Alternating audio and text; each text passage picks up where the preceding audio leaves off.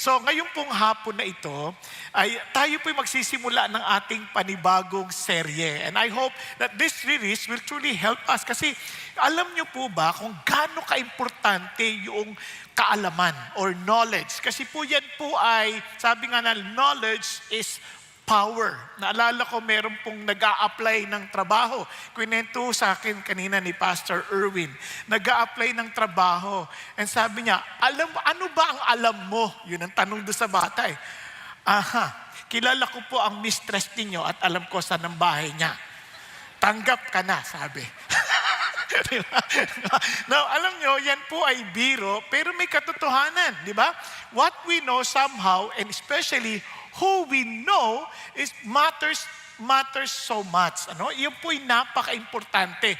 Kaya nga ho, alam nyo, narinig ko ng kasabihan yan. Sabi niya, it's not just what you know, but it is parang who you know that really matters. Kasi nga, kung iisipin yung mabuti, di ba, sabi nga nila, kung mag-a-apply ka ng trabaho, hindi lang yung alam mo eh. Sining kilala mo. Di ba, may mga ganun tao eh. Di ba, masama yan. Di ba, nepotism yung mga ganyan. O kaya naman, meron na kagad bias. Hindi mo matatanggihan yun. Kasi kung ako man ay mag-a-apply, itatanggapin ko na yung kilala ko na. O meron na akong, kumbaga, pagkaunawa sa tao na yun. Di ba, hindi naman dahil sa bias ako, punit, kasi hindi lang naman yung alam ng tao. Minsan, ano yung karakter niyan eh. Tama? Kaya alam niyo bang sa Bible, ganun din. Tingnan ninyo ang sabi sa Jeremiah. Huwag niyo nang pansinin yan kasi, tingnan niyo sabi sa Jeremiah. Thus says the Lord, let not a wise man boast of his wisdom. Kaya huwag ka magmamalaki sa katalinuhan mo. Let not the mighty man boast of his might. Let not a rich man boast of his riches. Bakit? Huwag mo ipagmamalaki ang talino mo. Bakit? Ang talino nawawala yan. Yung iba nga ho, nagkakademensya. So wala nang saysay lahat ng kanilang kaalaman. Yung iba nga ho, nagkakasakit, nabubunggo, nababaliw. Kaya hindi ho yan, those are fleeting. Ganon din ang lakas. As you grow older, humihina ang katawan eh. Kaya hindi mo rin masasabi, malakas ako, I can carry this weight. Hindi ho totoo. Minsan, bigla kang manghihina. Bigla ka na lang magkakasakit. Hindi mo hawak. Kumbaga. At ganon din, yung inyong kayamanan. Ang daming mayayaman. Mga kilalang mga manlalaro ng basketball, professional players, biglang naghihirap. Parang talagang walang-wala. Yung parang yung yaman nila, pansamantala lang. Kaya we cannot boast on those things that are temporal. Tingnan nyo naman, but let him who boast of this. Kung may pagmamalaki ka, sabi niya, that he understands. Pansin nyo hindi niya na agad sinabing knows me. Ang sabi niya, naiintindihan mo ako. Kasi marami, halimbawa, mag-asawa, magkakilala sila. Pwede sila nagkakaintindihan. Tama ba? Minsan nga, pag tinanong mo, sweetheart, pakiano man to? Hindi na nagkaintindihan lalo. Kasi hindi kakarinig. So, sa totoo lang, ang idea ng Diyos, do you understand the way I deal with humanity? Do you understand the way I manage or administer the Word? Diba? Kaya importante yung He understands and knows me. Paano? Anong pagkakaintindi sa Kanya? That He exercises, that our God, He exercises what? Loving kindness, justice, and righteousness. Kung gusto mo maintindihan at makikita mo how the Lord works, ang sa Kanya lagi ang pagmamahal niya, ang Kanyang katwiran, at ang katarungan, yan. Lagi niyang, gusto niya yan. Kaya sabi niya, I delight in this things, declares the Lord. Kaya alam niyo po, napaka-importante yung pagkakilanlan natin at pagkaunawa natin sa Diyos. Ang tanong lang, bakit? Di ba? Bakit? Bakit importante yan? Okay, kalimbawa lang kayo po ay merong isang matayog na tao at gusto niya kayong makilala. At kayo naman, talagang alam niyong sikat na sikat yung tao na yun. Magiging excited pa ba kayo makilala siya? Parang hindi, no?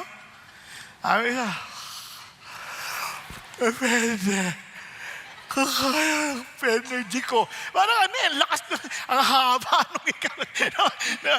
Alam nyo, kunyari kung sabihin natin, alam mo, kunyari, ang paborito mong artista. Sino paborito mong artista? Ann Curtis? May edad ka na. Ay, hindi, joke lang. Joke lang. Sorry. Kasi hindi ko na siya kilala eh. No. Joke lang. Si Ann Curtis, halimbawa, kilala mo na ba siya? Uy, halimbawa, papakilala ko si Ann Curtis. Darating siya ngayon. Mamaya, diyan ka lang ha. Wag kang matutulog kasi pag dumaan siya, nakakaya eh. Diba? Sigurado ko, hindi ka pipikit. Kasi at any moment, baka dumaan si Ann Curtis. Tama ba? And alam niyo, yung ganong idea, dahil hindi to ordinaryong tao. Sikat ito, kilala ito. And can you imagine when God is telling us to know Him and understand, we're not talking about an ordinary person. Hindi tayo nakikipag-usap sa isang presidente. He is the King of Kings, the Lord of Lords, the God of Gods. Can you imagine? Walang makapapantay sa Kanya. Kaya nga ho, sabi ni God, tingnan nyo kung gaano ka-importante. This is eternal life, that they may know you, the only true God, and Jesus Christ, whom you have sent. Now listen to this. God is not asking you to know something about Him. He's telling you to be close and intimate with Him. Yung idea ng know dito ay yung close kayo. Are you following? Kasi pag-isipan niyo mabuti, anong saysay ng langit kung hindi naman kayo close ng Diyos? Di ba?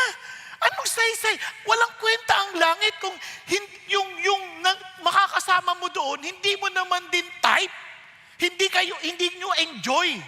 Kaya nga naniniwala ako that if you cannot enjoy God today, how can you expect that you will be in heaven tomorrow or in eternity?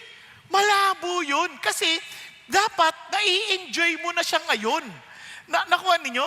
Pag kinantahan mo siya, nai-enjoy mo siyang kantahan. Kasi biruin mo, magkakasama siya. Kasi tingnan ninyo ha, yung haba ng panahon, hindi naman nasusukat sa taon yan eh. Paano nasusukat? Sinong kasama mo? Tama? Kasi kung ang kasama mo, hindi mo enjoy, na kahit na isang oras lang tayo dito.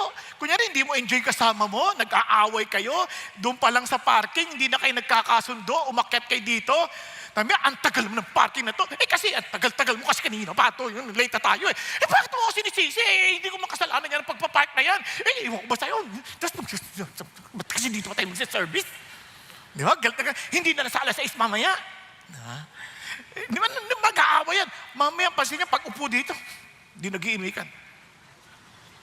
Di ba? Tapos, kahit anong patawa pa na minsan nagsasalta eh, di ka nakakatawa. Kasi asar kayo eh. Asar kayo. Pero kung nag-i-enjoy kayong dalawa, hindi na nag-a-appear pang ganyan, no? Hindi nyo mamamalayan ng oras. Tama, mali? Hindi nyo mamamalayan. Ganon din, if you're not enjoying God, ngayon pa lang, bored ka na sa bagay ng Diyos, can you expect to enjoy eternity? Obviously, hindi. Kaya nga sabi nito, yung no dito, mabigat. Yung no na, you are close to Him. You're enjoying Him. Kaya nga yung mga mag-boyfriend, kaya gusto nang magsama yan, parang gusto nila forever na. Kasi parang bitin na yung oras eh. Di ba bitin na yung oras pag magkasama sila? Uwi na ako. Aga pa eh. Di ba? May ganun pa eh. Aga pa eh. Anong aga-aga? Alas 12 na ng ating gabi. Di ba? Sige. Tapos, di ba? Tapos, pag uwi mo, tawag ka. Isipin mo, enjoy na enjoy yan. Parang kahit ang late na umuwi, tatawag pa, hello? Kamusta ka na? Kamusta ka na? Parang ang tagal na hindi nagkita eh.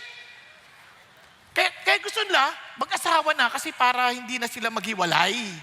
Ayun ang akala nila. Nung kilala na, yari. Kasi imperfect eh. Tapos imperfect. Pero yung imperfect na dalawa, makikita na imperfection, ayaw na magsama. Eh ang Panginoon Diyos, perfect siya, and He made us perfect. Imagine, two perfect individuals together forever is not enough. Ang kakanindihan, sobrang enjoy. Ngayon, itong malungkot, kaya maraming tao, I know God, I know God. Excuse me, ang tanong ho, hindi yung I know God. Does He know you? Kasi dapat reciprocal yun. Kahit kilala mo ako, hindi mo kita kilala, wala rin tayong magagawa. Tama ba? Ito ang sabi ng Bible. Kaya sabi ng Bible, yan, not everyone who says to me, Lord, Lord. Alam niyo, ulitin ko lang ha, para sa mga bago na. Yung pag sinabi mo sa Hebrew, dalawa, Lord, Lord, friends kayo, close kayo. Kaya ang tawag ni God kay Abraham, Abraham, Abraham, because he's a friend of God.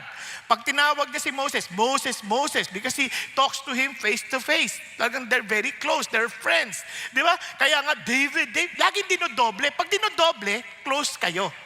Sabi niya, Lord, Lord, will not enter the kingdom of heaven, but he who does the will of my Father who is in heaven will enter. Kasi kung talagang close tayo, alam mo yung gusto ng tatay ko.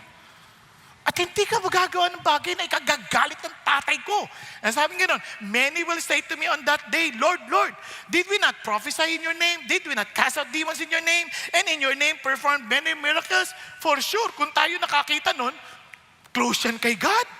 Kasi gumagawa ng himala eh. Biro mo pinagpray yung kalbo, nagkabuhok. Di ba? Ang tindi ng miracles niya. Di ba? Biro mo, close yan kay God. Pag nag-pray, sinasagot ni God eh. Ang problema, sabi ni Lord, hindi ganon. Sabi niya, and then I will declare to them, I never knew you. Why? Bakit hindi niya kilala? Akala ko God is all-knowing. Ibig sabihin, hindi kami close. Bakit? Kasi depart from me, you who practice lawlessness. Wala silang galang sa tatay ko. Kasi kung may galang sila sa tatay ko, susundin nila yung gusto ng tatay ko. At yung gusto ng tatay ko, gusto ko. Kaya sabi ni Jesus, I delight to do your will, my Father. Kaya naman ang tatay, sabi niya, this is my beloved Son, in whom I am well pleased. Nako po? Kaya doon pa lang ang susi, alam natin, ito kalooban ng Diyos. Kaya deep within your heart, alam mo, ito masasabi mo, whom have I in heaven but you? Besides you, I desire nothing on earth. Lord, wala na po akong ibang gusto dyan sa langit kundi kayo. Kung di kayo, kahit sa lupa, wag na lang. I pray that all of us in this room, and even for those who are watching online, I pray that we will not just be desiring to come and listen out of duty every Sunday, but really desiring, Lord, I want to know you because besides you, I desire nothing on earth. Sa totoo, ang dami natin gusto sa lupa at hindi sa Diyos. And sometimes we're struggling. Why? Because hindi talaga natin kilala ang Diyos. Kasi if we do know God, ito lang masasabi natin, taste and see that the Lord is so good. Amen po? Sobrang hindi ko siya ipagpapalit. Hindi ko ma-imagine na mabuhay ang wala ang Diyos. Hindi ko ma-imagine. Hindi ko ma-imagine na malayo sa Diyos. Hindi ko ma-imagine. Hindi ko ma-imagine na mabubuhay na hindi ka kakaugnayin ng Diyos. Because whom am I in heaven but God? And besides God, I desire nothing on earth. Yun po ang hamon sa atin. And now, to know God, we need, of course, God showed Himself through His attributes. Yung attributes po, ito yung mga characteristics niya. Pinakita niya po yan para ma-interact. Kasi kapag hindi natin alam yung attribute niya o yung characteristic niya, we may end up misunderstanding Him. Di ba? Katulad ng mag-asawa. Tagal na nila, mga 35 years na silang magkasama. Tuwing mag-aalmusal, yung lalaki, papalamanan niya yung ends ng tinapay. Bibigay niya sa asawa niya. Sabi niya, ano ka ba naman? 35 years na natin ngayon. Ito lang lagi mo binibigay sa akin yung dulo ng tinapay. Galit na galit yung ends ba? Sabi niya, ito lang ba? Sabi, oo, pinapalamanan mo, pero dulo lagi. Sawa na ako. Sabi niya, gulat yung lalaki. Yan ang paborito ko eh. Binibigay ko sa iyo yung paborito ko. Ano, maraming ganyan. Ina-assume natin na yung gusto natin, gusto din ni God. Di ba? Minsan ina-assume natin, yung binibigay natin sa Diyos, gusto ko yan. Hindi ho eh. Alamin natin ano talagang gusto niya. Oh, so, subukan nyo lang ha. Sino mga babae dito na may asawa? Babae may asawa. Okay. Di ba? Minsan sasabihin nyo, submissive naman ako sa asawa ko ah. O, tama? Ito ang gusto nyo malaman? Tanungin nyo asawa nyo. Submissive ba ako? Pag gawa na ng tanong, alam mo na. Di ba? Sabi lang, submissive ba ako? Sasabihin ng lalaki. Ano ibig sabihin nun? Di ba? O ngayon, yung lalaki naman, may asawa, lalaki may asawa, sample lang, lalaki may asawa, okay. Parang kukunti lang may asawa dito ah. Puro mga sinungaling kayo ah. Halatang halata naman ay. Di ba? Tanungin mo yung asawa mong babae. Loving ba ako? Kasi husband, love your wife. Loving ba ako? Tinawid tawa doon. Lakas. Sabi niya, nakabawi. Alam niyo yun? Diba? Parang doon mo malalaman eh. Teka, huwag mong i-assume. Huwag mong i-assume. You have to know Him. You have to know His characteristics. Okay ba yan? Kailangan mo malaman. Kaya dito, sa ating pag-aaral, itong series na to, yan ang ating pag-uusapan. It is Knowing God, a series on the attributes of God. Ano ba yung mga katangian ng Diyos na dapat nating malaman? Ngayon po, gusto ko pong madiinan sa inyo na itong katangian ng Diyos ay importante. At hindi natin to kayang maintindihan kung wala si Jesus. Tingnan niyo ha, all things have been handed over to me by my Father. And no one knows who the Son is kasi the Son is infinite in character. Kaya unless the person who is also infinite, he'll never know the Son. Kaya except the Father. Are you following? And sabi ganun, and who the Father is except the Son. Kaya hindi sila pareho ng nature. Ngayon sabi niya, and anyone to whom the Son wills to reveal Him. Kaya makikilala lang natin yung Ama kung kanino ipapahayag ng anak. So the Son must mediate, kaya there is no mediator between man and God except Jesus. Kasi siya lang ang pwede, kasi He is fully God and fully man. He alone can, sabi niya, ang hirap naman gagapin. Mamaya, maliintindihan niyo kung bakit mahirap gagapin. Tuloy muna tayo dito. Ngayon, tayo rin, we cannot know God or Jesus without the Holy Spirit. Kaya sabi ng Banal na Spirit, in the beginning, ang sarap dito, was the Word. And the Word was with God, and the Word was God. He was in the beginning with God. What God is saying, bago tayo punta sa sinasabi niya, I want you to know me. Kaya ako mismo, the very expression of God. And He became human. Diba? No one has seen God at any time. The only begotten God who is in the bosom of the Father. He has explained Him.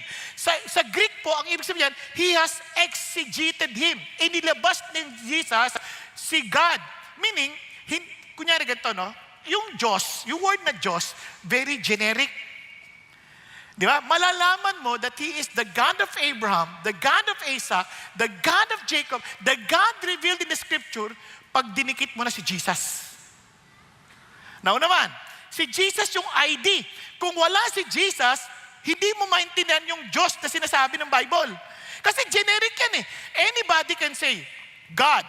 Di ba? Pero sabihin ko nyo, tinan nyo, pagka sinabi mong God at dinikit mo si Jesus, galit na sila. Ayaw nila si Jesus. Because Jesus claims that there is no other way for us to be with God except through Him. Napaka-exclusive niya. Naunawaan po. Okay tayo ha? Okay, good. Now, tuloy tayo. Now, itong amazing part, hindi natapos doon. The Holy Spirit now will testify about Jesus. Kasi He's both spiritual, although naging tao siya, but still, we cannot grasp His deity or divinity. Kaya when the Helper comes, whom I will send to you from the Father, that is the Spirit of truth, who proceeds from the Father. Sino yan? Spirit of truth. Kaya ng katotohanan. He will testify about me. Are you following?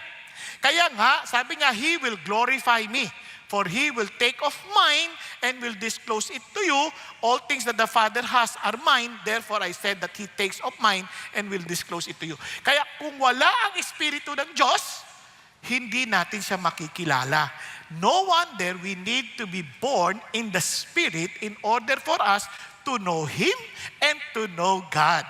And alam niyong hindi mangyayari yan unless we humbly accept and admit na hindi natin siya kayang makilala. Kaya, blessed are the poor in spirit, for theirs is the kingdom of God. Yun din ang dahilan kung bakit niya sinabi kay Nicodemus, unless a man is born again, meaning unless na bumalik ka sa zero, na aminin mong wala kang alam, you'll never understand the kingdom of God. Naunawaan po? Andiyan pa kayo? Kasi marami sa atin nagsisimula na, alam ko na yan. Kaya wala kang alam. Sa sandali sa alam mo na yan, wala kang alam. Kailangan, Lord, wala po ako alam, maawa ho kayo sa akin. Unless you reveal yourself to me, I'll never know you. Hindi pwede sabihin, ay, lagi na ako nag-atin sa CCF, lagi ko nga papakinggan si Pastor, lagi ko nga pinakinggan. Wala ka pa rin alam. Kasi it's nothing to do with me. It is between you and God. Between you and the Holy Spirit. Between you and Jesus. Are you with me? Okay, good. Tuloy na tayo ngayon. So, ngayon, atin pong titingnan. Alam niyo itong amazing part. Those people who came to know the Lord, sobrang crucial. Yung kaligtasan na doon nakasalalay, at hindi lang yon, pati buhay natin sa pang-araw-araw.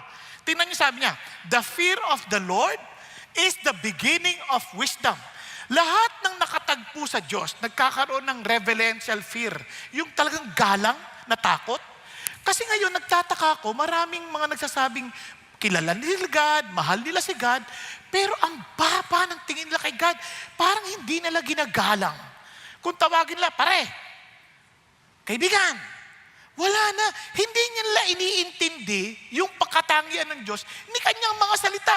Kasi kung ginagalang mo yan, seryoso ka sa salita niya. Ha? Naalala ko si Abraham Lincoln, noong binasa yung, kunyari, yung scripture reading, presidente yun, ha? Nakaupo silang ganyan, nagbabasa sila ngayon, scripture reading, sabi niya, sabi gano'n, di ba, in the years of Uzziah the king, yung mga tao nakaupo lang na ganyan. Ito, iba, si Abraham Lincoln. Let us now read the word of God. Tayo yung Abraham Lincoln. Tapos sabi nung Sir, kasi presidente, Sir, you don't need to stand. Hindi nyo na kailangan tumayo. Ang sabi niya, no, you don't understand. If I come up on stage and it's time for me to speak, people stand. Tumatayo sila to give respect. Ngayon ito, salita ng Diyos, hindi ako tatayo. Oh, grabe, no? Nakuha ninyo? Sa atin nga nakahiga ng iba kahit upuan lang eh. Di ba? Ibang klase. Kaya doon ko naintindihan na minsan, kaya wala tayo, hindi natin makita yung talino sa buhay. And tingnan nyo, a knowledge of the Holy One is understanding. Kaya naman, the people who know the Lord will display what? Strength and take action. Hindi pa, kasi pag sinabi ng Diyos, gagawin ng Diyos. Okay ba yan? Kasi sinabi niya yun kaya tumatapang ang tao. Hindi siya natatakot. Ganito, halimbawa, ako nung nag-aaral ako, Lord, kailangan kong pumasa dito. At dahil sabi ni Lord, papasa ka. Di mag-aaral ako kasi papasa ako eh. Kasi ba't pa ako mag-aaral kung di naman ako papasa? Tama ba? So magbubutihan ko na, aaral ako. Ngayon, pag exam ko, hindi ako natatakot dahil pangako ng Diyos, sasamahan niya ako eh. Kasi iba, baliktad.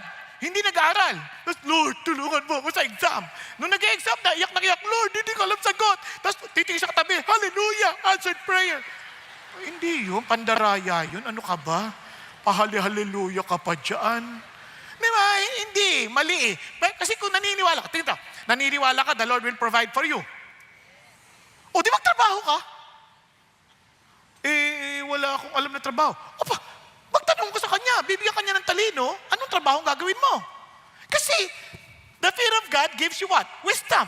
And the knowledge of the Holy One gives you what? understanding. Tuturuan ka niya. Kaya, no, ang dami nga noong pandemic, ang dami lumapit sa Diyos, tinuruan sila sa negosyo nila. Nagsara yung negosyo nila, pero tinuruan sila paano kumita. Nakakatuwa at ang Panginoon Diyos. Nakuha ninyo? Hindi mo pwedeng kahunin ng Diyos. Ang talino kaya kaya tumatapang ang tao ng Diyos. Ngayon, di lalo tayong tatapang, tulad ng binasa natin. Kaya lahat ng nakakita sa Diyos, naka-encounter sa Diyos, grabe, hindi pa pwedeng hindi matatakot sa Diyos. Si Job, ang tapang-tapang, wala akong kasalanan. Nung nakita niya si God, I repent in dust and ashes. Di ba? Si Moses, nung una, Lord, di ako man magsalta.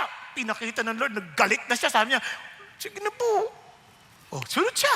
Hindi pa pwede kasi pag nakilala mo si God, imposible hindi ka susunod eh. Kaya marami sa atin, nagkukunwaring kilala si God. Kaya marami sa atin, maka-Diyos, pero walang takot sa Diyos. Kasi hindi talaga nila kilala si God. Nagkakaintindihan tayo. So ito na ho. Sabi ng Panginoon, balik na tayo dito ngayon. Balik natin si Isaiah. Tingnan si Isaiah. In the year of King Uzziah's, sabi niya, death. Sino ba to si King Uzziah? Si King Uzziah, masunurin sa Diyos nung simula. Ang problema, hindi ginalang yung paraan ng Diyos. Pero nyo naman, nag-aalay ng insenso na dapat mga saserdote lang o mga pari ng mga time ang pwede lang mag-alay ng insenso. Ba't pinakailaman? Sinabihan siya ngayon ng mga saserdote, Sir, ay hari siya. Sir, huwag niyong gawin yan. Pahalan niyo! Sumigaw. Nagising talaga yung mga tao. Sabi niya, nagalit. Nagkaroon siya ng nagkaketong hanggang mamatay. Pero itong king na to, napakagaling. Ang husay nito, inayos niya yung sistema ng kaharian ng Israel. Talagang magaling siya. Pero namatay, siyempre ang laking lungkot ni Isaiah.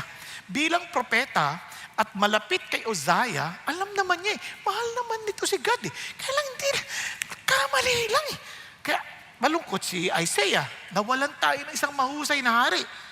Pero nakita niya ang Diyos. Tingnan niyo yung palang nakita niya nakaupo sa trono, yung pinakabalabal ng kanyang damit, nababalutan ng buong templo. Sobrang laki nun. Nai-imagine nyo ba? Imagine kung ganito kalaki yung templo, yung buong tray ng kanyang robe, balot na balot yan. Tapos ito pa, ayan feeling the temple. Tapos sabi gano'n, and seraphim stood above him, and each having 6 wings. Yung seraphim, yan ang uri ng hangil, na sabi na, fiery creature, umaapoy. Imagine, umaapoy na Tapos nagpakita, tumayo, 6 wing, may 6 na pakpak, yung dalawa, lumilipad, yun ang panlipad. Yung dalawa, pinantakip sa mukha. Yung dalawa, pinantakip sa paa. Bakit? Kasi kaharap nila yung Diyos.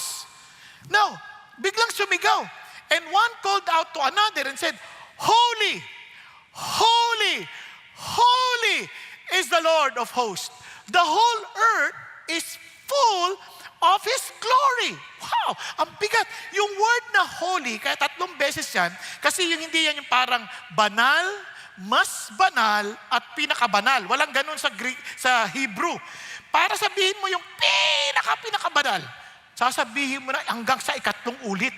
So everybody will say, holy, holy, holy. Nakatakip yan Nakapanood na kayo ng mga Korean drama ng mga hari, yung mga kingdom, Chuna.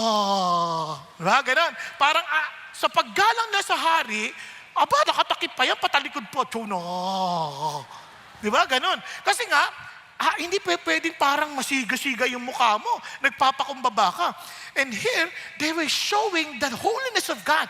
Itong si Isaiah, amazingly, tingnan nyo sabi, and the foundations of the threshold trembled at the voice of him who called out while the temple was filling with smoke. Punong-puno ng usok, tas nanginig, parang lindol.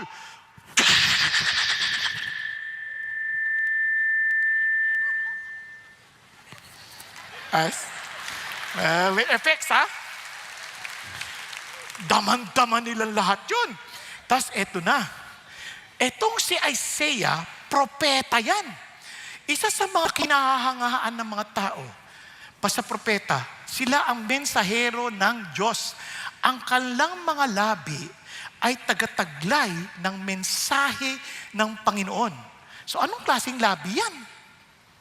Pero tingnan nyo ang sabi niya, patay na ako. Wala na ako. I am ruined. I am falling apart. I'm dead. Takot na siya. Sabi niya, oh no. Bakit? Pakinggan mo, ako ang taong may maruming labi. Ha? Propeta ka ng Diyos. Kung ihahambing ka sa amin, ang bait mo. Kami ang sasama namin. Pero sabi niya, hindi niyo naintindihan. Pagkakita ko sa Diyos, comparing myself now, seeing myself now in the light of God, I am a man of unclean lips. I cannot live. I will die for sure. And sabi niya, and I live among people of unclean lips. Hindi nga lang ako, pati yung mga kasama ko. Because the lips brings out, kumbaga it's an, reflection of our hearts. At sabi nga nun, for my eyes, look at the words, have seen the King, the Lord of hosts. Alam niyo, minsan ang yayabang natin, akala natin kung sino tayo. Pag nakita ko si God, ang dami kong tatanong. Pag nakita ko si God, sasabihin ko talaga sa kanya, hindi ka marunong. Minsan ang tatapang natin, hindi naman natin alam sinasabi natin. Sana nga makita mo talaga si God. Nang maintindihan mo sinasabi mo. Kumbaga sa mga magulang, sige, subukan mo nang makita mo yung hinahanap mo. Di ba? Sabi niya, pag ikaw ay makulit ka, bubulagin kita at makita mo yung mga hinahanap mo. Kung kailan nabulag, saka makikita. Ano ba yun? Di ba? Parang mga nanay. Pero ito sinasabi ko sa iyo, si God, hindi yan biro. Kaya woe is me. Wala na ako. Now, tingnan niyo po. Bakit? Because God is holy. Ang ibig sabihin ng holy, unang-una, He is set apart. He is above everyone else. Kaya nga hindi magagap ng tao yung Trinity. Kasi nga, He is far above our mind can conceive. Are you following? Hindi kaya ng utak ng tao. Kaya hindi naman maintindihan, fully God, fully human, hirap, one in three person, di kaya. Talagang di, kung kaya mo yan, equal ka na sa Diyos. Are you following? And that is exactly what holiness means. You are far, far, far above everyone else. You are set apart. At ang sunod, sabi niya gano'n, hindi lang, He is morally excellent. He is perfect in nature. Yun ang idea. Kaya pag sinabi nating Holy God, hindi ka pwedeng hindi matakot. Tingnan nyo, sa Revelation, who will not fear, O Lord, and glorify your name? Sinong hindi magbibigay kalwalatian sa inyo? The moment you see God, the moment God manifests Himself to us, who will dare not to fear Him? Who will not glorify His name? Ano sabi niya? For you alone are holy. Nakuha natin? Kaya marami hindi talaga natin naintindihan kung ano ibig sabihin ng holiness ng Diyos. Kasi, kung tayo nga namamangha sa maraming taong matatayog eh. Ang tawag na-struck yun ha. Na-starstruck ako. Hindi ko alam ang sasabihin ko. Hindi ko alam ang gagawin ko. Maintindihan mo pag nakita mo si God. Kung si Isaiah nga, patay na ako. Di ba? Hindi. Kaya ito, balik tayo rito. Sabi niya, for all the nations will come, look at the words, lahat ng bayan, kahit yung mga mayayabang, will bow down before God. Kaya ano ho ang holiness? Now, let's focus now on this side. Want to understand holiness? It is being pure. Ano yung pure? Perfect in character, ultimate standard, and requires us to be holy. Experienced through Jesus' work on the cross. Anong ibig sabihin nun? Let's start. Alam niyo, halimbawa, ito po ay isang soccer player sa England. Ang pangalan niya po ay Bobby Moore. Nung matapos po ng laro, nabalitaan niya at pinatatawag siya si Queen Elizabeth nanood at ko-congratulate sila. Kasi nanalo siya. Alam niyo, hindi niya alam gagawin kasi maruming kamay niya. Kasi nga naglaro nga galing sa laro eh.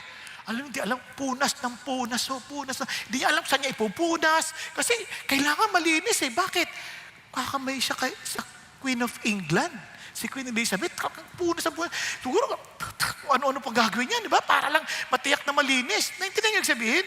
And can you imagine, paano na kung sa Diyos pa tayo haharap? Paano na? Kasi He's perfect in character.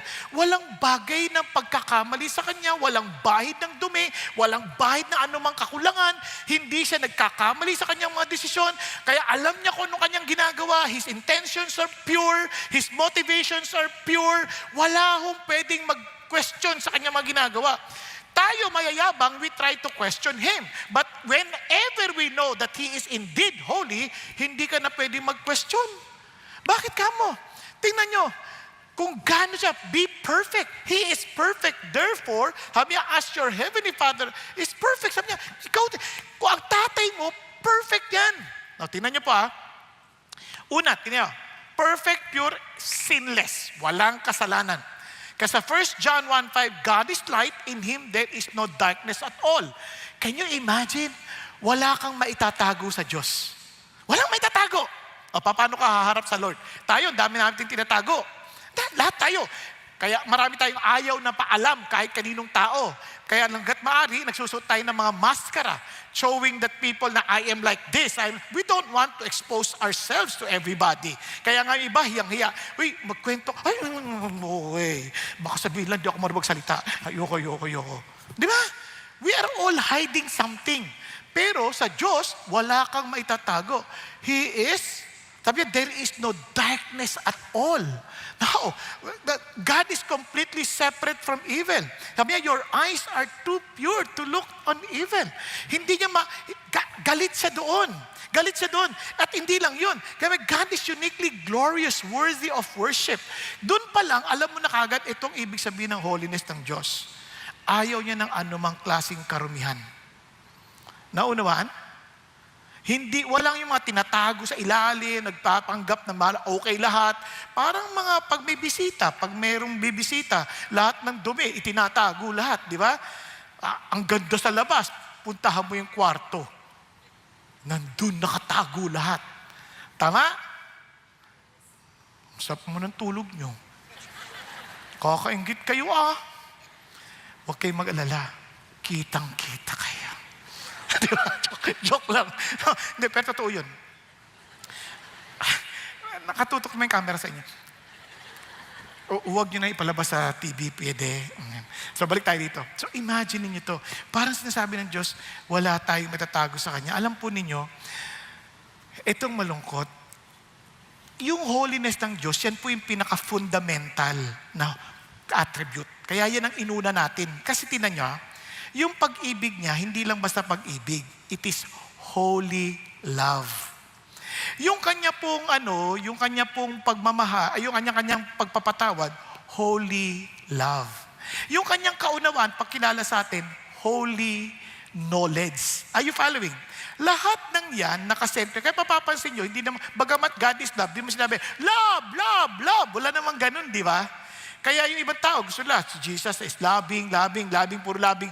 Pero kailangan tingnan mo yan sa paningin ng banal na pag-ibig. Hindi yan basta pag-ibig lang na puro damdamin lang, na kahit gawin mo yung kasamaan o hindi tama, okay lang kasi God is love, kaya walang impyerno kasi God is love. Hindi mo naintindihan. Yung pagmamahal ng Diyos is holy. Kaya nga minsan, pati pagpunta sa impyerno, awa pa ng Diyos yun. Kasi hindi kaya ng tao to be with a consuming fire because of our sinfulness. But for us to be separated from God, awa pa yun ng Diyos. Naintindihan niyo na. Andyan pa kayo? Now, balik tayo dito. Tingnan niyo po. Kaya tingnan niyo po ang tao. Minsan ang yabang ng tao. Kasi ang gagawin ng tao, ganito. If I know that God does not commit any mistake. Pag may sinabi siya, magtitiwala ka? Hello? Hindi, pag sinabi ng Diyos, magtitiwala ka? Siyempre, hindi nagkakamali ang Diyos. Ngayon, kapag nadadaan ka sa problema, hindi mo maintindihan yung mga mangyayari, and alam mo, God is in control, papanatag ka? Yes, hindi ka relax ka lang kasi alam mo, God is in control. And hindi siya nagkakamali, tama? Ngayon, ang gagawin ng demonyo, sasabihin niya, bubulungan ka, wala talagang Diyos mo. Iniwang ka na. Ang sama ng ugali mo eh. Di ba? Agad-agad nagki-question ka, naku, mali-mali ako. Ganyan-ganyan ang ginawa ng Diyos. Genesis 3 pa lang. Isipin ninyo, sabi niya, God said, talaga ba? Sinabi ng Diyos na hindi mo pwedeng kainin ng kahit anumang bunga sa puno na nasa hardin? Ganun ba talaga sinabi ng Lord? Ano sabi ng Lord? You are free to eat any fruit of the trees in the garden. Grabe, ang daming prutas niyan. Saging pa lang, ang daming klase ng saging. Kaya, ang dating ni Satan, parang pinagkakaitan ka na hindi ka pwedeng kumain ng kahit anong bunga sa puno sa hardin. Ganun ba talaga sinabi? Hindi naman eh. You are free to eat. Punta kayo sa Genesis chapter 2, you are free to eat anything. O isipin niyo, saging. Merong saging na saba, mataba. Merong payat. May maliit, senyorita. May pampatigas. May pampalambot. Ang daming saging. Saging pa lang. Ano ba? Kaya minsan naman sasabi sa'yo, ayaw ka niya mag-boyfriend? Ayaw ka niyang maging masaya. Totoo ba yan? Wala kang trabaho, ginugutom ka ng Diyos. Nandiyan ka sa service, ang lamig-lamig. Wala kang jacket, pinahihirapan ka talaga. Para hindi ka matulog. Hindi, mali ka, tulog siya. Kulang lang na, sagutin siya, no? Balik tayo dito. Tuloy, sabi ng babae, sabi niya, yung prutas ng puno sa hardin, pwede namin kainin. Pero wag lang yung prutas ng puno na nasa gitna ng hardin. O isipin nyo, kung yan ay nasa gitna ng hardin, siyempre, hindi natin ma-imagine, ano kaya klase hardin yun? Alangan naman yung hardin, may isang puno lang sa gitna. Maraming puno yan, maraming puno yan na talagang sasadyain mo pa pumunta doon para mapunta ka sa gitna. Tama ba? Kaya sabi niya, yan, wag mo nang kakainin yan. Sabi niya, ang sabi mo ng babae, may hawakan nga eh. Yun ang problema. Yung sinabi ng Diyos na wag kainin, dinagdagan pa, wag mong hawakan. Hindi ba sinabi ng Diyos? Sa totoo lang, sabi ng Lord, sa totoo lang, kung ako lang yung direktor, sasabihin ko lang, ano ka ba? Pwede mo nga laruin yan eh. Wag mo lang kainin. Tama? Ngayon, sabi nung isang nagtatali-talinuhang isa sa kilala sa bayan ng Pilipinas, napaka naman ng hina ng Diyos nyo. Sabi niya, bakit? Ang ganda-ganda nilikha niya, maglalagay pa ng punuro ng kaalaman ng masama at mabuti. Di sana, hindi tayo nagkagulo-gulo ng ganito. Sabi ko, ikaw pala naman ang malabo eh. Kunyari, ako yung may-ari ng bahay. At gusto ko malaman mo, ako pa rin ang may-ari. At sabihin ko, okay, pwede kang tumira sa bahay. Gawin mo lahat ng gusto mo, gamitin mo lahat. Wag na wag mo lang gagalawin ang refrigerator ko. May reklamo ka? Pag-isipan niyo mabuti. Ngayon, pag pinakailaman mo yung refrigerator, parang sinasabi mo na ikaw na talaga may-ari ng lahat. Pwede na kitang paalisin. Loko ka pala eh. Nakuha ninyo? God is telling us, I'm still the God of this world, not you. I'm giving you all the authority to manage it, to rule over it. But don't touch this. Let me still determine what is good and evil for you. Because even if I allow you, you have no capacity to overcome what is evil. I care for you so much and I don't want you to fall into sin. Etong tao, anong sinabi? Hindi totoo yan, sabi ng demonyo. Sabi niya, hindi ka mamamatay. Sabi niya, for God knows that in the day you eat from it, your eyes will be open and you will be like God. Ang lokong demonyo yun Ang sabi niya, knowing good and evil. Oo, malalaman mo na ang good and evil, pero hindi mo kakayanin i-manage ang good at ang evil. Now that we are the ones determining what is good and evil, ano nangyari sa mundo? Di ba, ang gulo natin? Ang gulo natin. Kahit nga yung Committee na, nagkakagulo-gulo pa sila kung ano interpretasyon. Di ba ang gulo? Di ba? Yung nakikita nating nangyari sa pamahalaan natin, pinapakita lang sa atin na ang tao, hindi mo basta mapagkakatiwalaan. Ang gulo ng utak. Tama, mali. Kahit nga, litong-lito na ang mga tao ngayon. Dati ang dali lang sabihin, ayan, babae yan, lalaki yan. Ngayon, depende. Ang hirap na ata. Hindi mo na ma-identify eh. Yung palang, doon mo ano na nangyari? Kahapon nga, mayroong nagsabi sa akin, yung relationship nga daw, situationship? Ano yung situationship na yan? Kahit na bigkas, di ko alam, situationship. Yung parang kayo na hindi kayo. Ha? Hindi kayo. Pero parang kayo. Ha? Ang gulo ninyo. Ibig lang sabihin, walang commitment. They want all the pleasure, but not the responsibility. Nakuha ninyo kung ano nangyayari? O, sino ang sisisihin laban ng huli? Si God. Ba't po inalaw to? Ba't ako nabuntis? Inalaw mo. Wala naman kaming commitment. Wala ako asawa at mga anak ako. Para na ako si Maria. O, iba si Maria, iba ka. Siya damay mo pa yung napakamabait na tuwayong nanay ni Jesus sa lupa. Diba? Minsan, yun ang problema ng tao, then they will blame God. Hindi nagkakamali ang Diyos. Tayo ang sumusuway sa Diyos. Kaya tayo ang mali-mali ang nangyayari sa buhay natin. Makisabi sa katabi mo, hindi nagkakamali ang Diyos. Ikaw yun. Kung meron mang kaguluhan sa nangyayari sa buhay mo, tanungin mo sarili mo, did you seek God?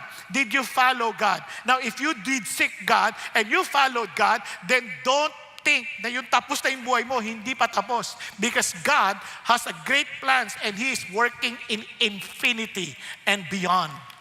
Are you following? Kaya hindi nyo pwedeng husgahan ng Diyos sa ganyan. Kaya He is the ultimate standard. Not us, not our feelings. Hindi feeling ko, ganito ako eh. Feeling ko, masaya ako. Hindi. Ano ang ultimate standard ng Diyos? Ano sinasabi ng Diyos? It's not about what you feel. It's not about what you think right. It is what is right. Based on God's standard. Isipin nyo, gagawa tayo ng building. Wala tayong standard ng measurement. Kunyari, sabihin natin, ano ba yung 1 foot? Depende sa sukat ng paa mo. Naku po! Di ba? Hindi ang gulo nun. Paano ko yung paa mo liit? Talo ka na. Yung paa mo isang laki-laki. O, di ba? Malabo yun. Kailangan mayroong standard. Di ba? May standard. Kaya nga hindi pa pwedeng walang standard. Kaya napaka-importante, sabi nga ni A.W. Tozer, holy is the way God is. To be holy, He does not conform to a standard. Hindi sa standard natin. Because He is that standard. Siya yung pinaka-standard. He is absolutely holy with an infinite, incomprehensible fullness of purity that is incapable of being other than it is. Because He is holy. All His attributes are holy. That is whatever we think of as belonging to God must be thought of as holy. Basta sa Diyos, perfect yan. Basta Diyos, tama yan. R.C. Sproul beautifully said it. God is not subject to a higher law. He Himself is the law. His nature is the standard of all moral excellence. Hindi pwedeng tayo ang magsasabi. Hindi, ganito yan, mali intindi ninyo. Hindi. Eto sabi ng Diyos, sundin mo. He knows better. Are you following? Because He is the standard. Isipin nyo kung ang Diyos hindi nagbigay ng standard, nagbigay lang siya ng basic kasi tinan nyo, yung kanyang word, yung word of God. Sabi niya, as for God, His way is perfect. The word of the Lord is flawless. Grabe. At yung law niya, yung law na binigay niya sa atin, sa totoo lang, ano sabi niya? So then the law is holy. And the commandment is holy. And the righteous and good. Tama yun at mabuti. Ang tigas lang ng ulo natin, ayaw natin pansinin. At minsan, minimisinterpret pa natin gustong sabihin ng Diyos. Sample lang, para maintindihan natin. Yung holiness ng Diyos, halimbawa lang, yung basic, the law, the 10 commandments. Thou shalt have no other gods before me. Biruin mo, kung napakaraming Diyos, ang hirap, sinong susundin ko sa kanila? Sabi ng Lord, walang ibang Diyos, ako lang. He is the God of all gods. Di ba? Sunod, thou shalt not make unto thee any graven image. Huwag ka nang gagawa. Don't make any extra effort. Ayaw ka niyang mapagod. Kasi unang-una, pag gumawa ka pa, isipin mo yung Diyos mo, gawa-gawa mo lang, dadalin mo pa. Samantalang ang Diyos na gusto kong makilala mo ako magdadala sa'yo. O ayaw pa ba niya yan? Hello? Oh, ito pa. Sabi niya, thou shalt not take the name of the Lord thy God in vain. Dalin mo yung pangalan ko, igalang mo yan. Huwag kang gagamit ng pangalan ko para lang mangutang. Yung iba, ngutang, gagamitin pa yung pangalan ni Jesus eh. Christian na ka. Pautang. Tapos di naman magbabayad. Di ba? Eh di ikaw rin nababaon sa utang, kawawa ka naman. Sa totoo lang. Tapos tingnan niya pa, remember the Sabbath day and keep it holy. Bakit pinapaalala ng Diyos yan? Gusto kanya magpahinga. Alam niyo, maraming tao walang kapahi-pahinga. Kaya dito na natutulog eh. Hindi, sorry. Pahinga ka lang. Sa totoo lang, hindi pwede ang taong hindi magpahinga. We need to rest, to recover. Kaya ang dami namamatay ngayon. Hindi nagpapahinga. Hindi ginagawang araw ang gabi at ang gabi araw. Di ba?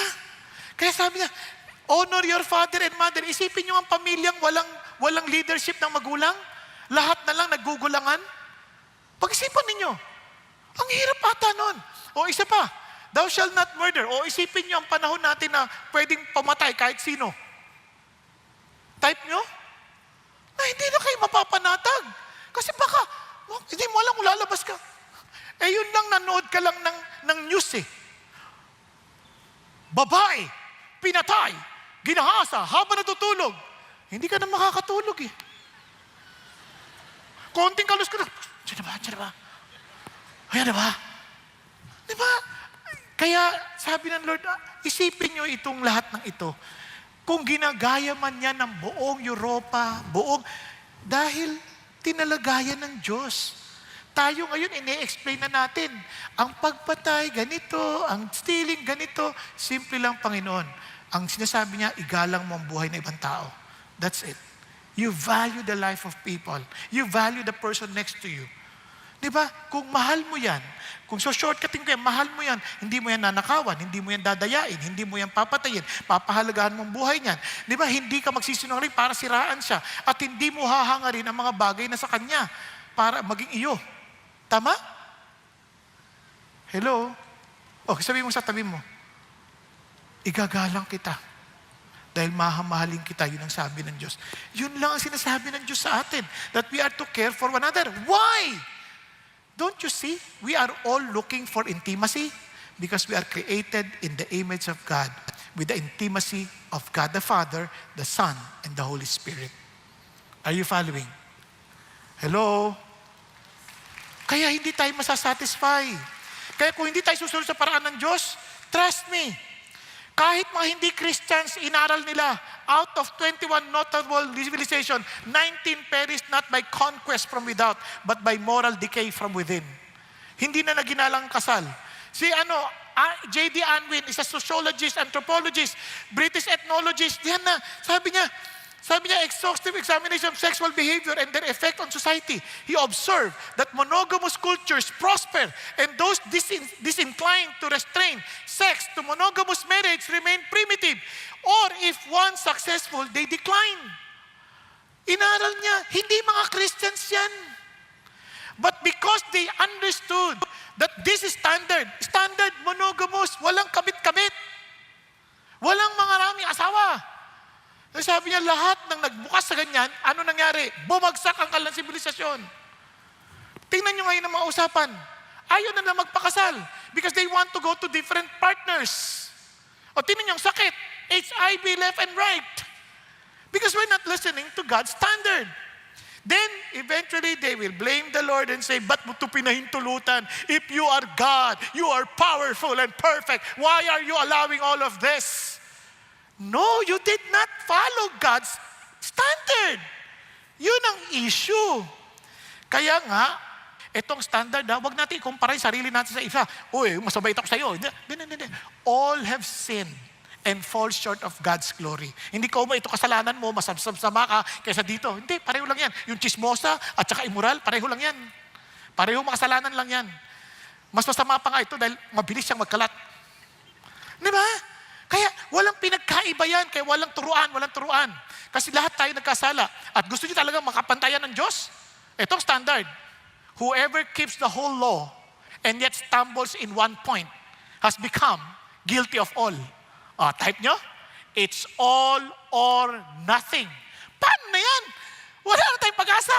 Huwag kang mag-alala, hindi pa tayo tapos. Doon muna tayo sa susunod. Para maintindihan natin mo ito. Then God, because He is holy, He wants us to be holy. He requires us to be holy. Ano sinasabi ng Panginoon Diyos? Tingnan nyo. Napaka-importante ito.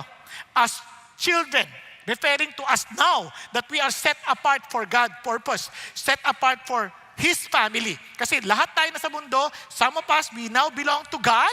Now we are set apart. In a sense, practically or positionally, we are holy. We are set apart. Then sabi niya, you then live out your holiness. Kasi sabi niya ganito, as obedient children, do not be conformed to the former lusts which were yours in your ignorance. Parang ganito. Kunyari ikaw, anong pangalan mo, Iha? Ano ba si Jessie? Sabi ko, Jessie, kumakain ng pagpag. Wala sa itsura niya, pero halimbawa lang, kumakain siya ng pagpag. Naawa ko, Jessie, mula ngayon aampunin na kita. Hindi ka nasasama sa mga kasama mo, mga kaibigang pagpag. Ano ibig sabihin yan? You are now set apart. You now belong to my family. Nung dinala ko siya sa bahay, hindi pa siya sanay.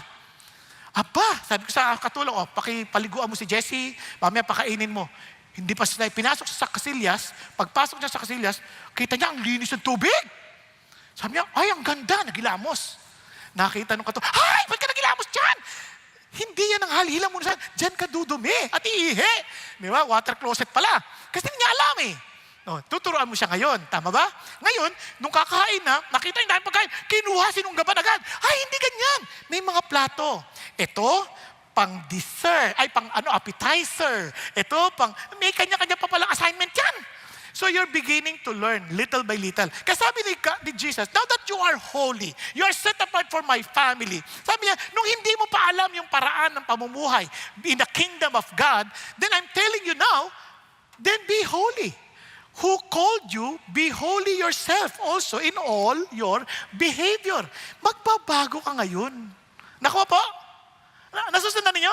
Then sabi nga nun, because it is written, you shall be holy, for I am holy. Now you will begin to live to the standard of the name that you're living as a person now. In the name that you will not profane, the name of God. Nakuha po? Kaya yun ang nangyari. Yung Christianity mo, nagkaroon ka ng panibagong identity. Hindi mo na kailangan magpatuloy sa dati mong yung ignorante ka pa. No, ano po yung sinasabi niyang Alam niyo po, pag binasa niyo yung Bible, magugulat kayo. Isa sa mga challenges para maintindihan natin na-challenge ang holiness sa submission. Di ba, ang hirap natin sumunod sa ibang tao. Di ba? Ayaw natin basta sumunod. Kaya sabi ni Peter, ganito, keep your behavior. Look at the words. One of the examples he gave, keep your behavior excellent among the Gentiles. Paano daw? So that in the things in which they slander you as evildoers, they may, because of your good deeds, as they observe them, glorify God in the day of visitation. Yung kabutihan nagbago, ibang-iba ka na. Sa behavior mo, hindi ka na basta nagsasalita, hindi ka na basta sumasagot, hindi ka na ganon. Sample, ganito. Kasi mga boss, bidyang hindi maayos lahat eh. Kalma, servants, most of them are servants at that time. Be submissive to your masters with all respect. Not only to those who are good and gentle, but also to those who are unreasonable. Madali yan? Hirap, no? Kasi kahit sa bahay bakit ka ba sumunod sa nanay mo? Napaka-unreasonable lang magulang ko. Biro mo, kararating ko lang, inuutusan na kagad ako. Di ba? Nagagalit ka kagad. Dito makita mo bakit ka nagiging masunurin. Tingnan nyo ha, because of Jesus.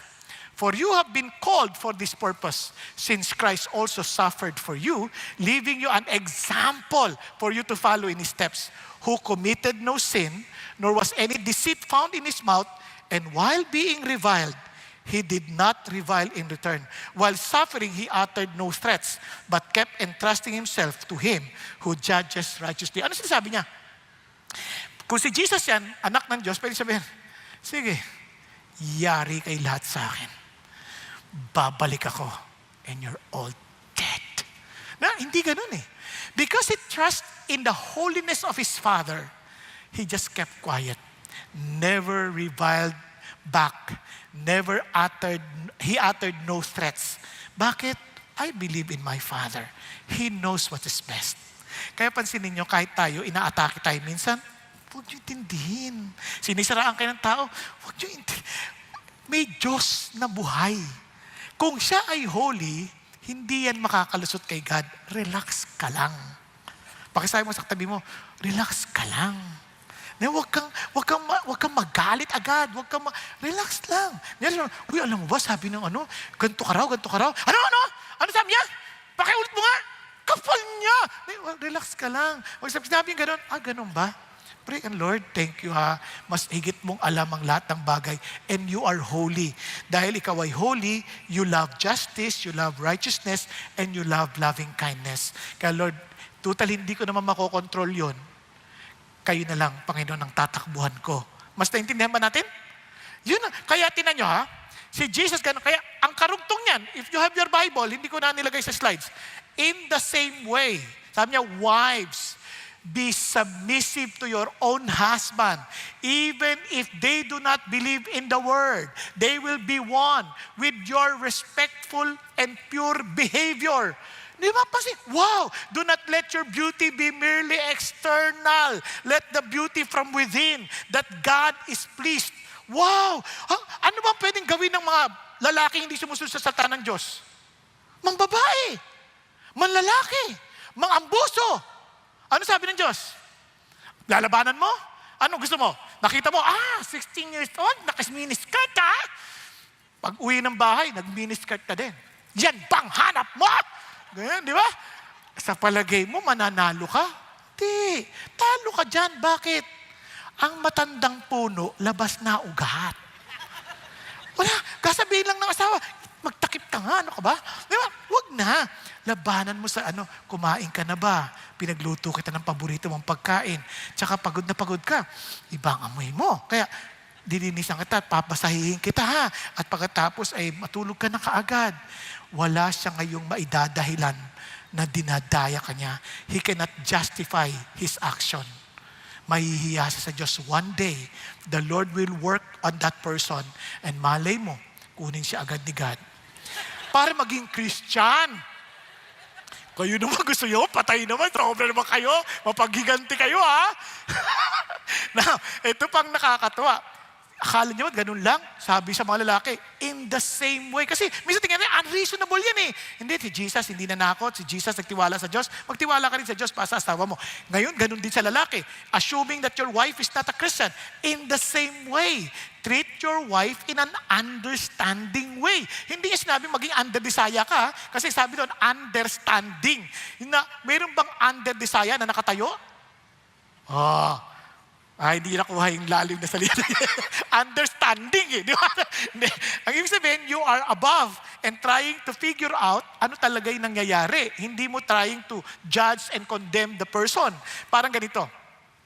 Akala niyo ba madaling intindihin ng mga babae? Ang galing ng Diyos, alam niya talaga eh. Subukan mo paalam. Sweetheart, magbabasketball lang ako. Bahala ka. Ang daming meaning. Yung bahala ka, it's up to you. O kaya, it's up to you. O kaya, subukan mo. Sige. Yan. Meron pang masama. Batugan na to. Magbabasketball pa. Wala nang ang inaambag sa bahay. Di ba? Diyan ka magaling. Isang salita lang yon. Bahala ka. Naintindihan? At minsan hindi rin maintindihan. Biglang tumatahimik na lang. Ba't ka tumatahimik? Galit ka ba? Hindi! Kaya it requires the very heart of God. Lord, hindi ko po maintindihan asawa ko. Tulungan niyo naman po ako. Because I want to show her how much you love her. Kahit na ganun mo ang ugali niya. And I want to be your representative. I want that to be holy, set apart, na hindi ka pareho ng mga ibang lalaki na kung saan dinadayan lang asawa nila dahil hindi nila maintindihan. Hindi ko sinasabing uusgahan mo iba, hindi tulad ng iba dyan. Walang ganon. I respond differently because my God is holy and I want to please my Lord. Nagkakaintindihan. Kaya, God requires us to be holy because we cannot be acceptable before God. Kaya kung tayo namang Christian, and since He wants us to be sanctified, ano gagawin ng Diyos? He will discipline us if necessary. Di ba? Kasi kung hindi tayo didisiplinahin, hindi tayo totoong anak ng Diyos. Di ba sabi sa Hebrews 12?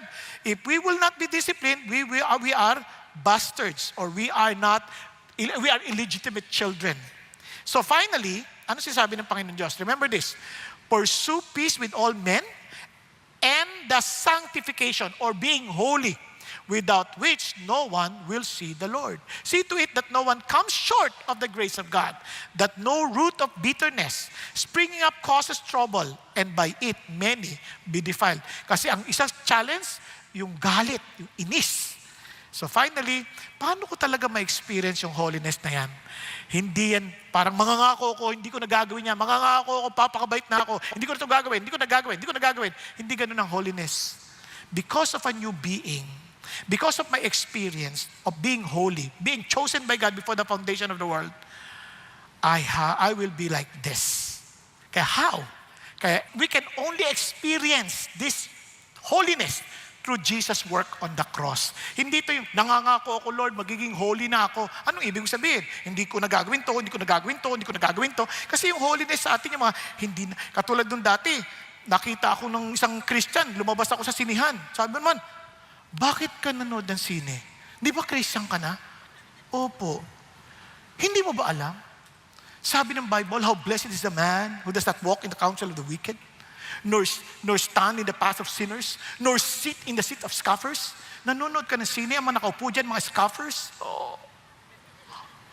Paano na ako uuwi? Bakit? Ano ibig sabihin? Yung mga dinadaan sa path of sinners. Sasakay ako sa jeep, ang mga nakaupo doon, mga sinners. Paano na? Minsan akala natin ganun ang pagiging holy, yung tipong hindi ka tatatawa, ganyan. Ba't ka na tumatawa? Sa Lord na ako. Nagbagong buhay na ako. Habang nagsasayawan sila doon, nagkakasiyahan sila pa sa Panginoon, at ikaw naman, sa yun, ginagawa mo yun para sa Lord, ikaw hindi ka pwede sumayaw dahil holy ka na. Kasi naalala ko yan, mayroon pang lumapit sa akin. Kasi, shout for joy, mga ganun-ganun pa. Sing or pray. Sabi niya, do not conform into the standard of this world. The beauty and song. Huh? Gusto ko mag-enjoy kay God eh. Kaya tuloy, yung daliri ko na lang, shout for joy. Ayaw sa labas! Alam mo, hindi ganon. Ang pagiging holy is really submitting ourselves to God. We are doing everything for His glory and honor. Bakit? We can only experience it not by our own effort. It is only through Jesus Christ. Tingnan nyo. While we were still helpless at the right time, Christ died for the ungodly. We are separated from the Lord. For one will hardly die for a righteous man, though perhaps for the good man, someone would dare even to die. Ang hirap atang mamatay. Kung sa babait ka, ang hirap mamamatay para sa kanya eh. Pero pwede rin, alang-alang sa kanya. But God demonstrated His own love toward us in that while we were yet sinners, Christ died for us. Alam niyo ba ibig sabihin ng sinners? Ang sinners noon, ganito. Much more than having now been justified by His blood, we shall be saved from the wrath of God through Him. For if while we were enemies, kaaway tayo ng Diyos because we rebelled against Him. We did not listen to His instruction. We tried to go against His will. Ang tawag dyan, rebelde, at ang tawag dyan, kaaway ng Diyos. Ikaw at ako, kung wala si Jesus, kaaway tayo ng Diyos. At kung hahanap ka lang ng kaaway, wag naman ng Diyos. Sabi nga nila, if God is with us, who can be against us? But if God is against you, who can be with you? Is God against me? Is that possible? Yes, because God is opposed to the proud. At ang mga proud, they are not submitting themselves to God. Nagkakaintindihan. Katuloy tayo. Ang ginawa niya, ni-reconcile niya tayo sa Diyos through the death of His Son.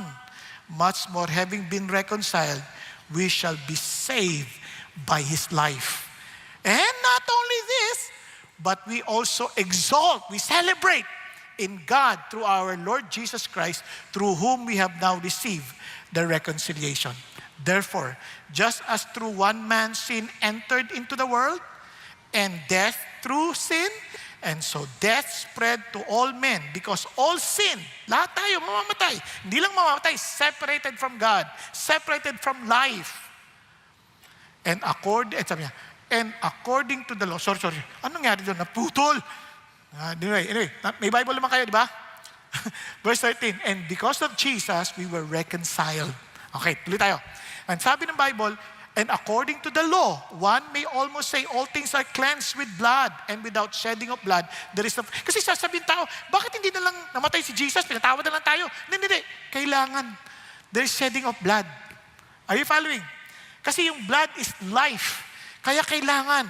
For it is impossible for the blood of bulls and goats to take away sins. Kasi nga yun ang ginagamit ng pantakip eh.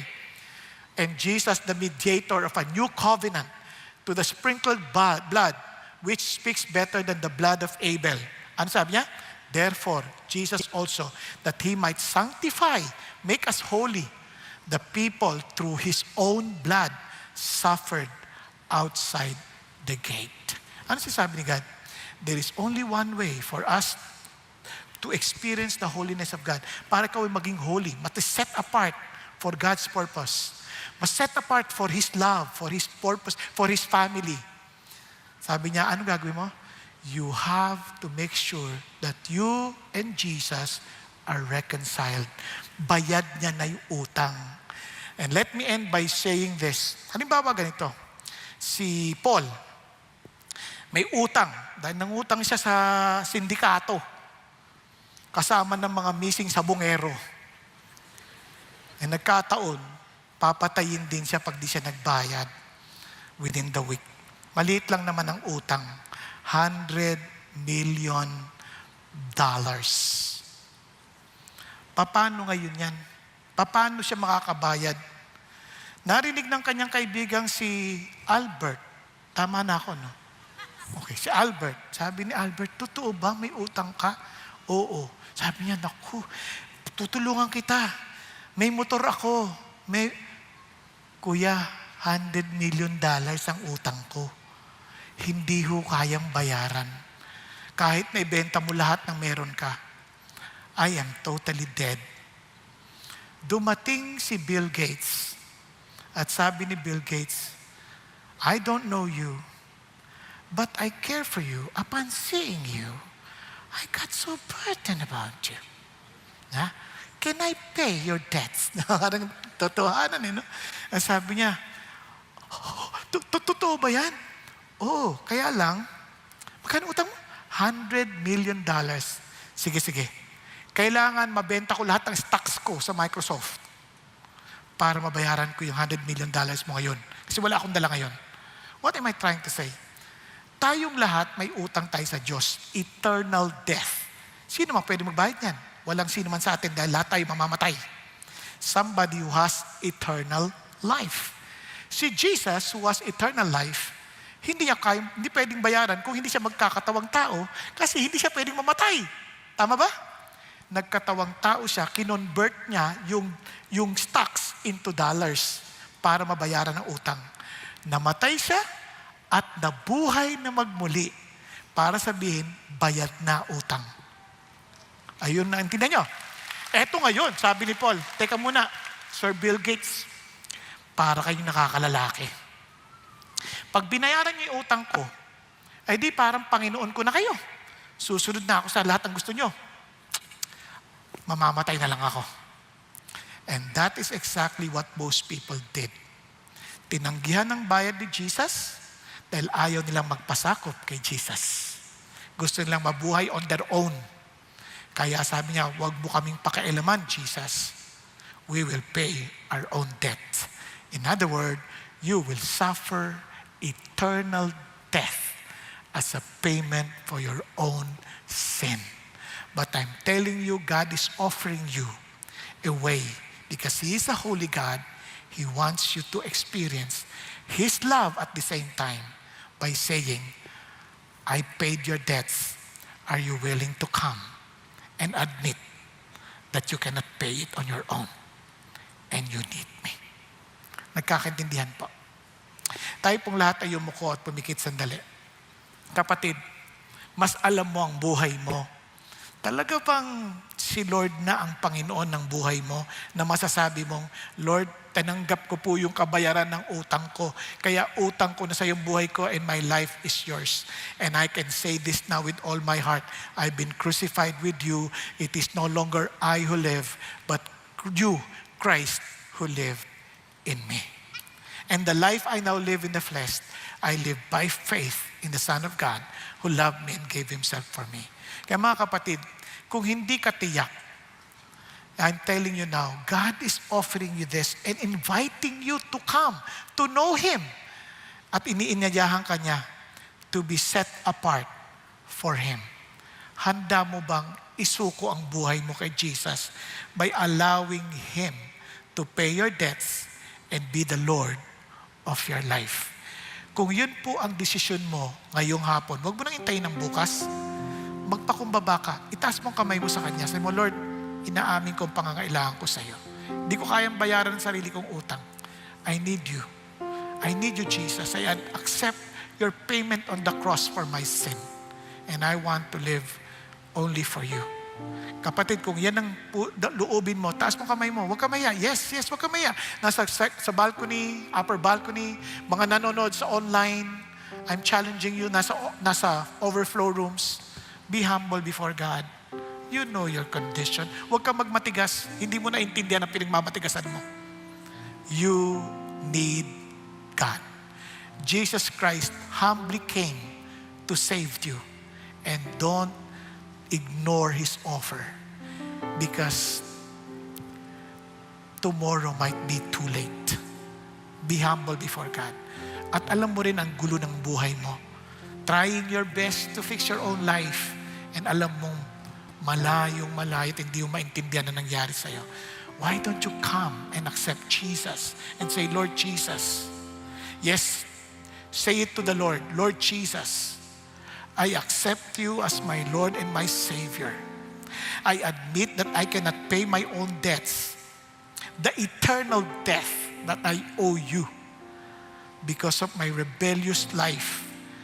Lord, I rebelled against you, against your standard. I tried to live on my own. But now, Lord, I'm coming before you, turning away from my sinfulness and accepting you as my Lord and my Savior, because you alone are the payment, Father God, to my sin. You alone are enough. Nothing else and no one else. So Lord Jesus, come into my life. And I want to know you more. I want to know you more. I want, Lord, to grow in my love for you. So fill me with your Holy Spirit and allow me to live only for your purposes and for your glory. Thank you, Lord. Thank you, Jesus. Thank you, Father God, for listening to my prayers. Thank you, Lord, for coming to my life. Thank you, Jesus. Lord, I give you all the glory and honor. And now for the rest of us and this congregation and those who are watching online, may you please rededicate your life to God and say, Lord, help me to live a holy life. For you are holy. For we know that no one can ever come and can ever enter the kingdom of heaven without holiness. Now that you have called us, Father God, to be holy, then allow us to be holy in all of our responses, in all of our behavior. We cannot do it on our own, but by your grace, we know we will. And we can say no to ungodliness and say yes, Father God, to your righteousness. Thank you, Lord. We love you. We praise you. We honor you.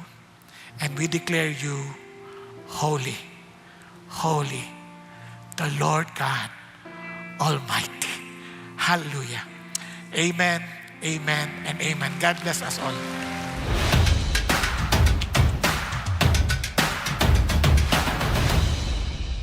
Magandang araw, CCF family. Welcome to Sunday Fast Track, where you ask real-life questions and we give you biblical truths. Ako po si Jerel Pilarta mula CCF Communications at kasama natin ang ating speaker na si Pastor Bong Saking upang sagutin ang inyong mga katanungan. Magandang araw po, Pastor Bong. Magandang araw, Maraming Jerel. salamat sa inyong mensahe patungkol sa kabanalan ng Diyos. Handa na po ba kayong sagutin ang ating mga katanungan? Sa abot ng aking mga kaya at sa biyaya ng Panginoon. Praise God. Para sa ating first question, para sa mga pakiramdam ay palagi silang parang nagkukulang sa standard ni Lord, paano po matutukoy yung tunay na conviction mula sa Holy Spirit sa pagsisisi or pakiramdam na inuusig ng kaaway? Ayan, dahil ang kaligtasan natin ay sa biyaya ng Diyos, hindi dahil sa ating mga ginawa, ang Holy Spirit, ang kanyang conviction ay ilapit tayo ulit sa ginawa ni Jesus. Pinapaalala niya sa atin that our relationship is dependent on our relationship or on the finished work of Jesus. Hindi doon sa ginawa natin.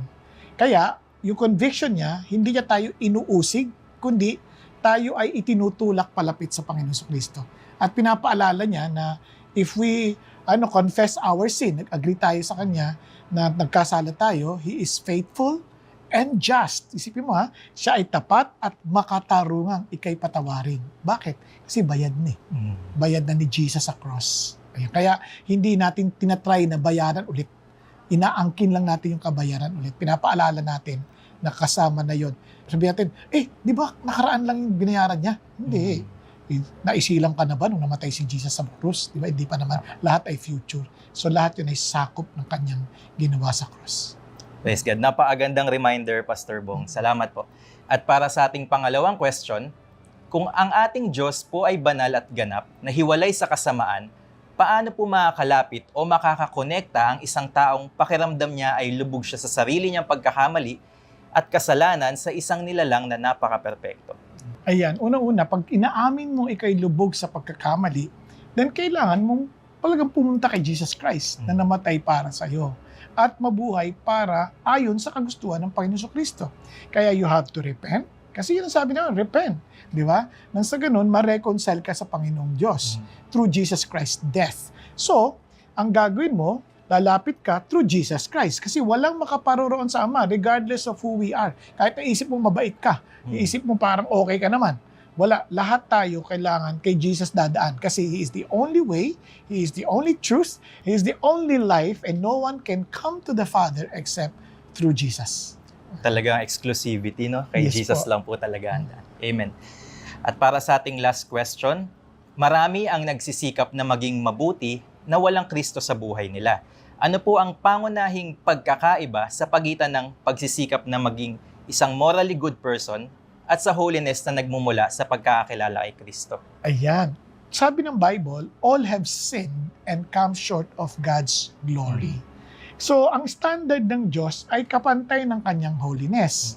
So, kung wala si Jesus, paano tayo maipapantay sa holiness ng Diyos? Kaya nga, Jesus, He who knew no sin, became sin on our behalf, that His righteousness or the righteousness of God might be upon us. Kaya dahil kay Jesus, yung righteousness niyang Diyos mismo ang mapapasa atin, iniligay niya sa atin, hindi natin righteousness. No, kung ikaw'y magpapakabait lamang, na wala si Jesus, hindi pa rin aabot.